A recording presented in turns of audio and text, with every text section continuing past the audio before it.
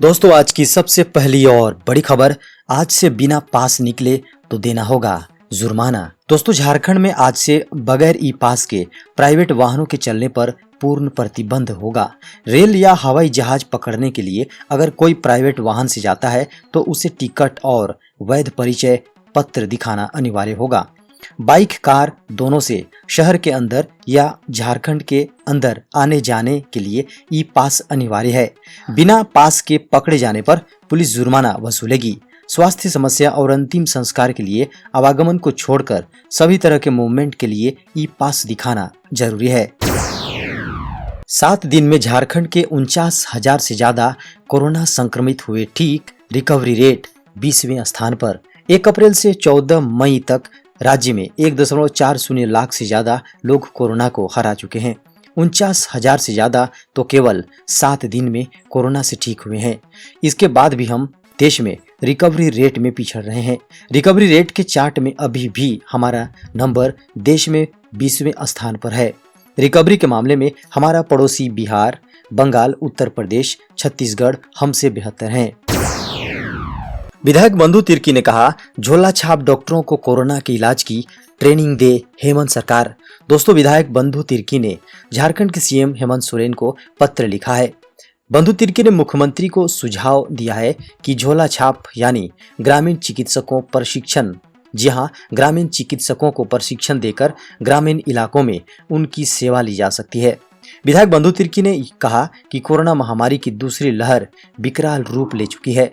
झारखंड भी गंभीर संकट का सामना कर रहा है। गांवों में भी संक्रमण तेजी से फैल रहा है। देश में कम हो रहे कोरोना के सक्रिय मामले, 17 राज्यों में 50,000 से भी कम मामला। दोस्तों देश के अधिकतर राज्यों में कोरोना के सक्रिय मामले में गिरावट देखी गई है। केंद्रीय स्वास्थ्य मंत्रालय के अनुसार देश के 11 राज्यों में 1 लाख से अधिक सक्रिय मामले, 8 राज्यों में 50,000 से 1 लाख के बीच कोरोना के सक्रिय मामले हैं। देश के 17 राज्यों में 50,000 से कम कोरोना के सक्रिय मामले हैं। महाराष्ट्र, यूपी, गुजरात और छत्तीसगढ़ जहां अधिक संख्या में कोरोना के नए मामले सामने आ रहे हैं और वहां भी अब सक्रिय मामलों में गिरावट देखी जा रही है। इसके साथ ही मंत्रालय ने बताया कि चिंता का कारण तमिलनाडु है, जहां पिछले 1 सप्ताह में सक्रिय मामलों की संख्या में वृद्धि दर्ज की गई है। दोस्तों खबर गढ़वा से निकल कर आ रही है। खेलने के दौरान तालाब में डूबे बच्चे, 2 की मौत, 1 गंभीर। दोस्तों गढ़वा के हुर गांव में तालाब में डूबने से 2 बच्चों की मौत हो गई। आम तोड़ने के दौरान बच्चों का पैर फिसला और वे तालाब के गहरे पानी में चले गए। बच्चे जहां आम तोड़ रहे थे वहीं पास में एक तालाब था। तीनों बच्चों ने जान बचाने के लिए शोर मचाया। जब तक लोग वहां पहुंच पाते बच्चे डूबने लगे। 2 बच्चों की वहीं मौत हो गई, जबकि तीसरा बच्चा हॉस्पिटल में एडमिट है। आपको बता दें कि ग्रामीणों की सूचना पर मौके पर पुलिस पहुंची और पुलिस ने शव को कब्जे में लेकर पोस्टमार्टम के लिए भेज दिया। जेएमएम ने की निःशुल्क एम्बुलेंस सेवा की शुरुआत, हरी झंडी दिखाकर पार्टी मुख्यालय से किया रवाना। दोस्तों कोरोना महामारी में मरीजों की बढ़ती संख्या के बीच झारखंड मुक्ति मोर्चा ने एक अच्छी शुरुआत की है।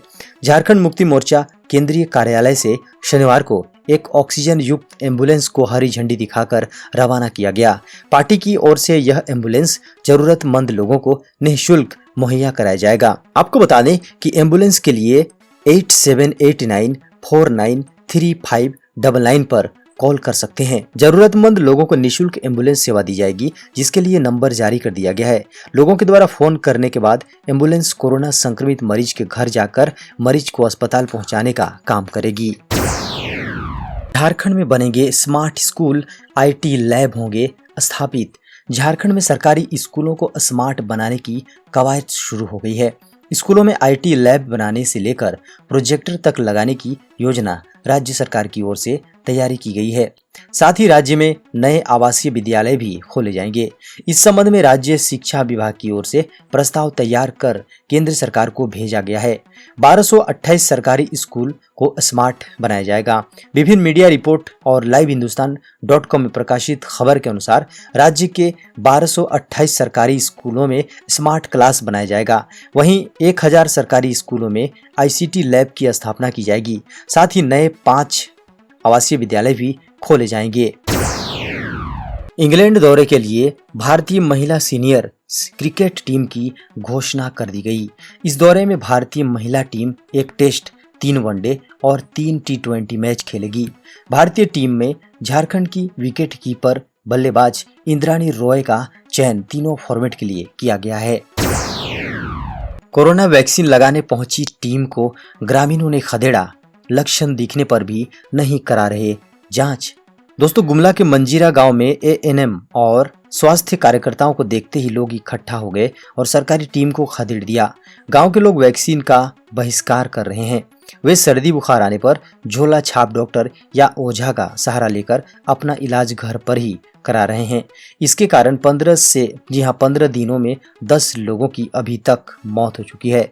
गांव में अफवाह फैल गई है कि वैक्सीन लेने से लोग बीमार पड़ जाते हैं। जिले के कई गांवों में सर्दी बुखार और बदन दर्द जैसे कोरोना के लक्षण दिखाई दे रहे हैं। इसके बावजूद गांव के लोग अपनी जांच नहीं करा रहे हैं।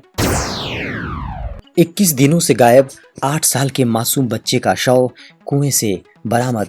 दोस्तों, मेदिनीनगर के सक्करडीहा गांव से 21 दिनों से लापता 8 साल के बालक का शव शनिवार को एक कुएं से बरामद किया गया है। बताया जा रहा है कि बच्चे अपने घर से 21 दिन पहले गायब था। बकरी चराने गए कुछ लोगों ने यह जानने के लिए कि कुएं में झांका कि पानी है या सूख गया है। इसी दौरान उन्हें बच्चे की सड़ी गली लाश दिखी। इसके बाद घटना की जानकारी ग्रामीणों ने पुलिस को दी। सूचना पर पहुंचे पुलिस ने शव को निकलवाया और पोस्टमार्टम के लिए भिजवाकर मामले की जांच में जुट गई है।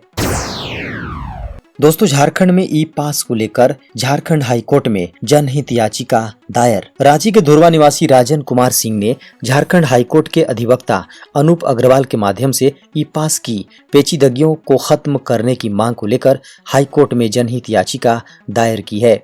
इस जनहित याचिका पर जल्द सुनवाई के लिए अदालत से विशेष आग्रह किया गया है। अधिवक्ता अनूप अग्रवाल के अनुसार जनहित याचिका के माध्यम से अदालत से गुजारिश की गई है कि हाईकोर्ट इस मामले में हस्तक्षेप करे और लोकल मूवमेंट के लिए ई पास की बाध्यता खत्म करने के निर्देश जारी करे। याचिकाकर्ता ने अपनी याचिका में कहा है कि ई पास लेना एक जटिल प्रक्रिया है और सरकार द्वारा जारी ई पास से संबंधित आदेश में कई खामियां हैं।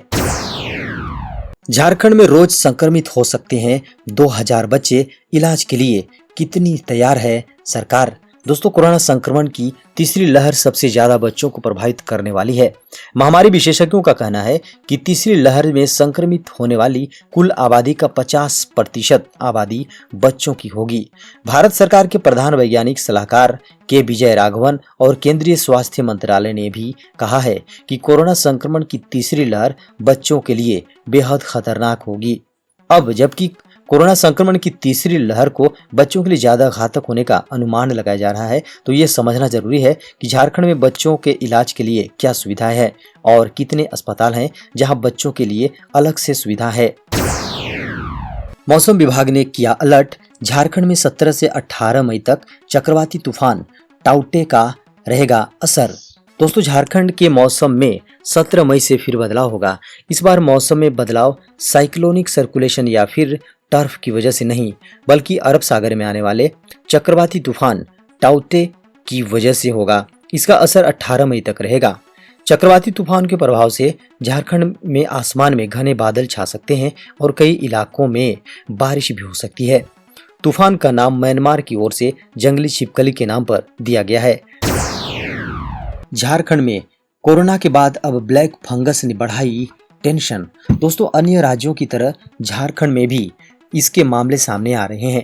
गुरुवार तक 9 कोरोना मरीज इसकी चपेट में आ चुके हैं। इनमें 2 मरीजों की जान भी जा चुकी है। इसे लेकर राज्य सरकार भी अलर्ट मोड में है। सभी जिलों से ऐसे मरीजों की जानकारी मांगी गई है। साथ ही सभी मेडिकल कॉलेजों व अस्पतालों को भारतीय चिकित्सा अनुसंधान परिषद द्वारा इस बीमारी से बचने के लिए आवश्यक एहतियात तथा उपचार को लेकर जारी एडवाइजरी भेजते हुए अनुपालन के निर्देश दिए जा रहे हैं। राज्य में अभी तक ब्लैक फंगस के रांची मेडिका में 5, रिम्स में 3 तथा धनबाद के एक अस्पताल में 1 मरीज सामने आए हैं।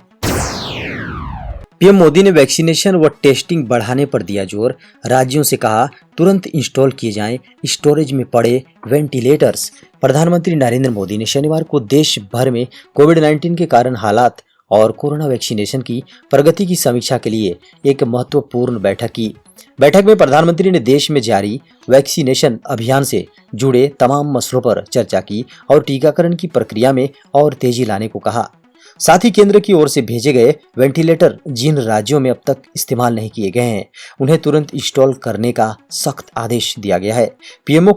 पीएमओ की ओर से दी गई जानकारी के अनुसार बैठक में प्रधानमंत्री ने वेंटिलेटर को लेकर कुछ राज्यों को सख्त निर्देश जारी किए हैं, क्योंकि वहां स्टोरेज में ऐसे वेंटिलेटर पड़े हैं जिसका इस्तेमाल अब तक नहीं किया गया है। आपको बता दें कि पीएम मोदी ने तुरंत इन वेंटिलेटर को इंस्टॉल करने का निर्देश भी दिया है। पश्चिम बंगाल में 16 से 30 मई तक पूर्ण लॉकडाउन की घोषणा। दोस्तों, पश्चिम बंगाल सरकार ने कोविड-19 को फैलने से रोकने के लिए राज्य में 16 से 30 मई तक पूर्ण लॉकडाउन लगाने की शनिवार को घोषणा की। मुख्य सचिव ए बंदोपाध्याय ने कहा कि हम महामारी को फैलने से रोकने के लिए रविवार को सुबह 6 बजे से 30 मई की शाम 6 बजे तक सख्त कदम उठा रहे हैं। उन्होंने कहा कि इस अवधि के दौरान सभी सरकारों और निजी कार्यालय, शॉपिंग कॉम्प्लेक्स, मॉल, बार, खेल कॉम्प्लेक्स, पब और ब्यूटी पार्लर बंद रहेंगे। 15 दिनों के लॉकडाउन के दौरान निजी वाहन, टैक्सी, बस, मेट्रो, रेल, उपनगरीय ट्रेन भी नहीं चलेगी।